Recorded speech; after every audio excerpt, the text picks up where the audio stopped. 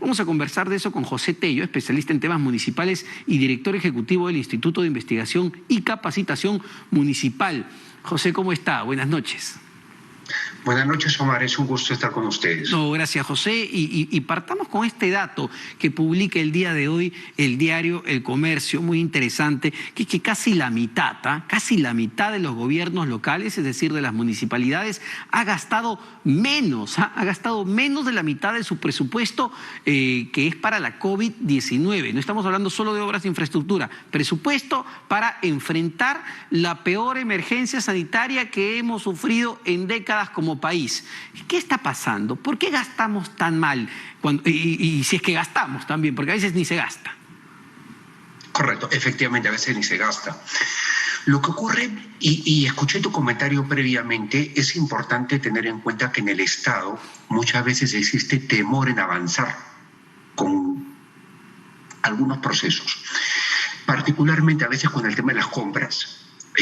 Existe pues una serie de mecanismos de control que hacen pues que las mismas no se dinamicen, y muchas veces también los funcionarios en las municipalidades, los servidores públicos, tienen miedo justamente de poder tomar acciones concretas, gastar dinero del Estado, porque justamente pueden haber posteriormente acciones de control y pueden tener problemas. Entonces, aunque no lo creas, la inseguridad que pueden tener los servidores públicos, sumadas con mecanismos de control que a veces son bastante opresivos, generan pues este problema. Ahora, lo que sí hay que ser bien claros es en algo.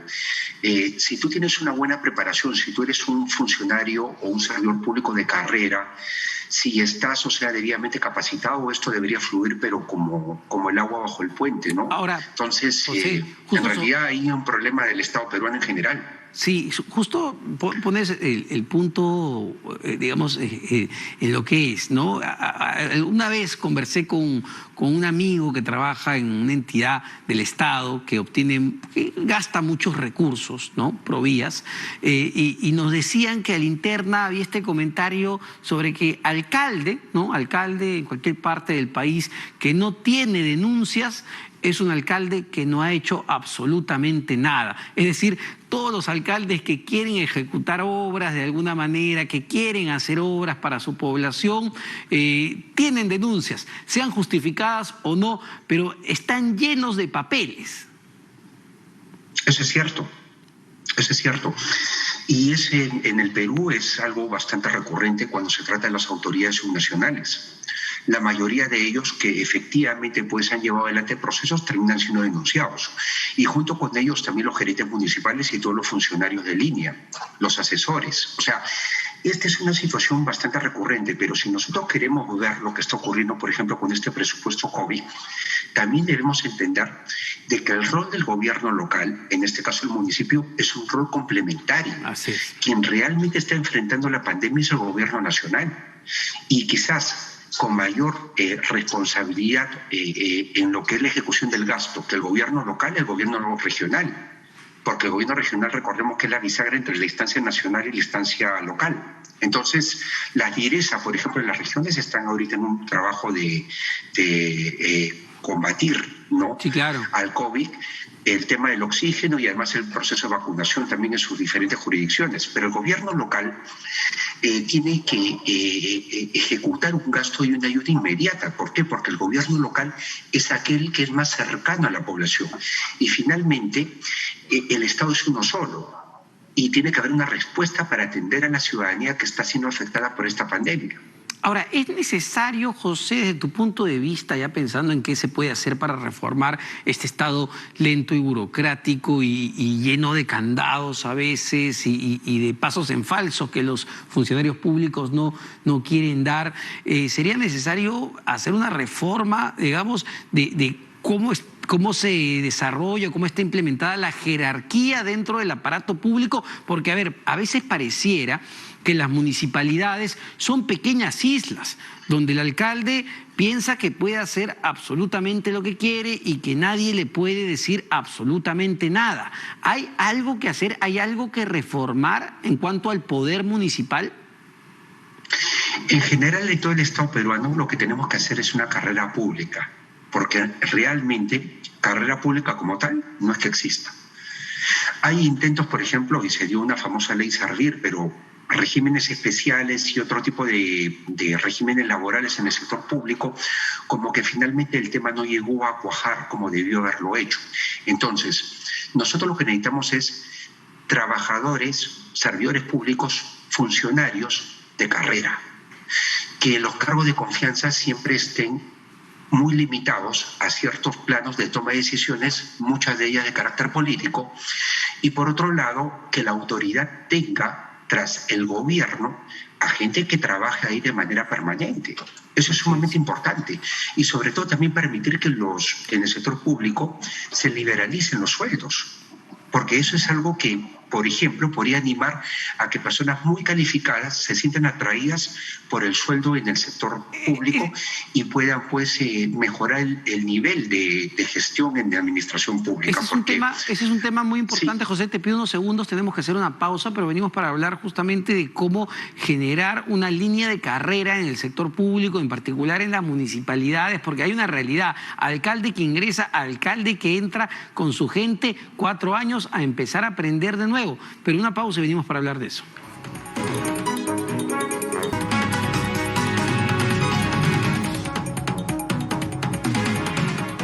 Hoy seguimos en las 5 de las 7, estamos conversando con José Tello, especialista en temas municipales y director ejecutivo del Instituto de Investigación y Capacitación Municipal, sobre las dificultades que todavía enfrentan los gobiernos locales y la estructura burocrática en general, no solo las municipalidades, para poder gastar y para poder gastar sobre todo bien, y que esto se traduzca en mejores condiciones de vida para la población. Y hablábamos del personal, hablábamos de los servidores públicos, José, y me parece que esto no es solo para el trabajador municipal o del gobierno regional, sino para cualquier servidor público.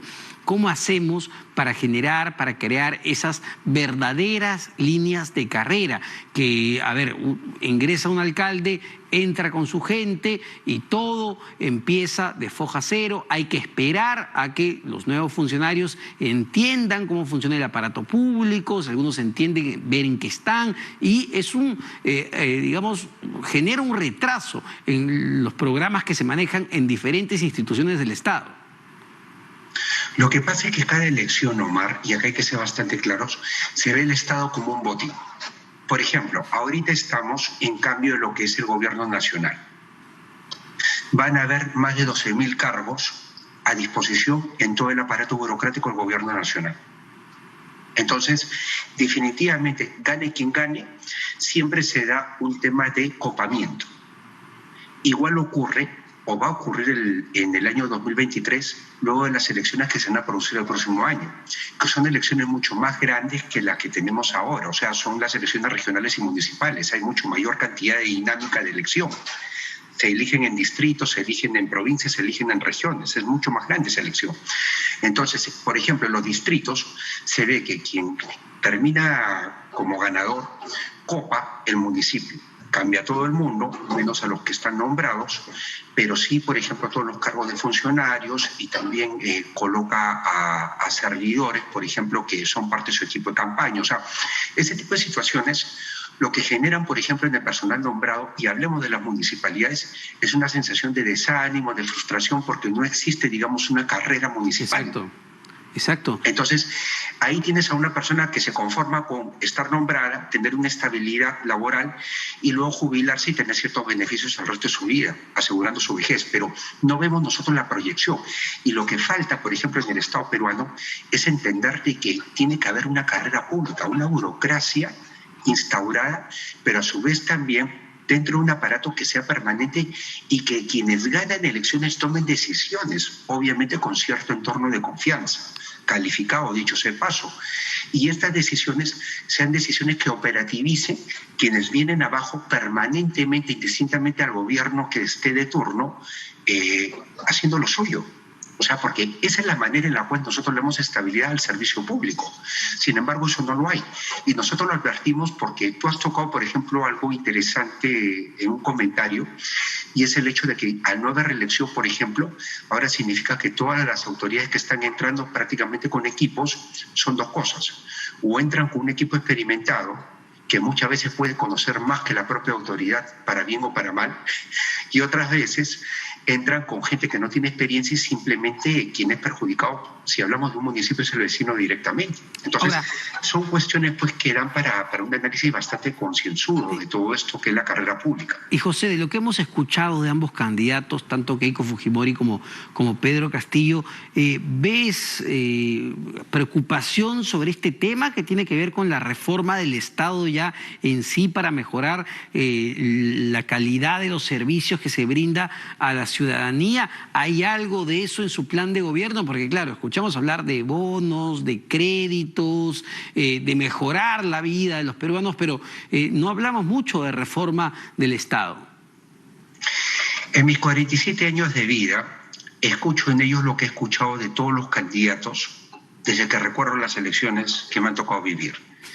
La modernización del Estado, que es una suerte de cliché que incorpora supuestamente todo este tipo de cambios necesarios que se tienen que hacer, pero claramente también, y espero ahora que pueda revertirse esta situación, está el hecho de que esto no queda más en un tema de retórica, de discurso, porque realmente la decisión política para hacer esos cambios estructurales dentro del aparato estatal, hasta el momento no la he visto. Bueno, se intentó, tú lo mencionabas, ¿no? Se intentó en algún momento, me parece a fines del gobierno del expresidente Alan García con la reforma del servicio civil. Lo continuó Humala, me parece que la idea inicia a fines del gobierno de García, pero me puedo estar equivocando. En todo caso, estuvo ahí la idea, se crea servir, pero no se pisó en ningún momento el acelerador para ir hacia una reforma profunda del Estado como estaba diseñada, porque entiendo, a ver, pisas muchos callos, porque en algunos sitios vas a tener que, valgan verdades, despedir gente, y en otros sitios vas a tener que contratar gente, porque hay entidades donde necesitamos más personal y hay entidades donde probablemente ya no necesitemos tanto personal. Por ejemplo, hay muchísimos municipios el día de hoy que han presentado ante Servir, por ejemplo, una reestructuración de sus cuadros de personal, y esto no se ha tramitado. Y se supone que hay instancias municipales que debería estar implementándose la ley Servir. Sin embargo, no se da. Y no se da también por un tema de costos. Por eso es que, por ejemplo, se ha generado toda esta crisis con la eliminación del régimen CAS. Sí, claro. Sí, claro. Se ha generado una crisis bastante importante. ¿Por qué? Porque ahora tienes nombramientos que son en regímenes 276, que es el de la carrera pública, el histórico en el país, los últimos 30 años, y además también el 728, que es el régimen privado, que por ejemplo en instancias municipales el empleado de 276 y digamos el obrero, el operario, la persona de baja policía es 728.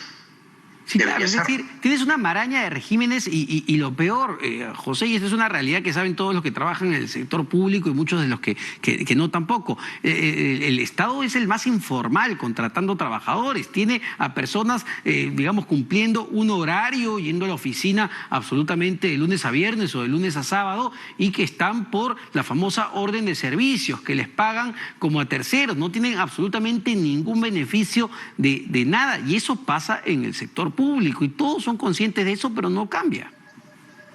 Correcto, y es más, la situación que tú describes hoy en día se da, pero antes era algo totalmente, totalmente normal, porque con la figura del SNP, el servicio no personal, que luego fue reemplazada por el trabajador CAS, se daba esto en todo el aparato estatal. Y definitivamente cuando se da este contrato administrativo de servicio, el CAS, se proscribe justamente la contratación de servicios no personales. Claro. Pero bueno, es parte, digamos, de un proceso en el cual el Estado peruano se vio combinado a hacerlo, porque hay que hacer un poco de memoria. Fue con Paco Cosmópolis, en el gobierno de Alan García, cuando estábamos nosotros en la firma del Tratado de Libre Comercio con los Estados Unidos, sí, claro, que sea una situación en la cual el gobierno americano requiere al gobierno peruano que por favor regularice la situación de 1 millón de trabajadores. Qué roche, que los gringos tengan que decir, bueno, regularicen eso, que son unos informales ustedes peruanos si quieren firmar algo. Muchísimas gracias, José, por esta interesante entrevista. José Tello, especialista en temas municipales y director ejecutivo del Instituto de Investigación y Capacitación Municipal, INACAM. Antes de irnos a la pausa, mencionar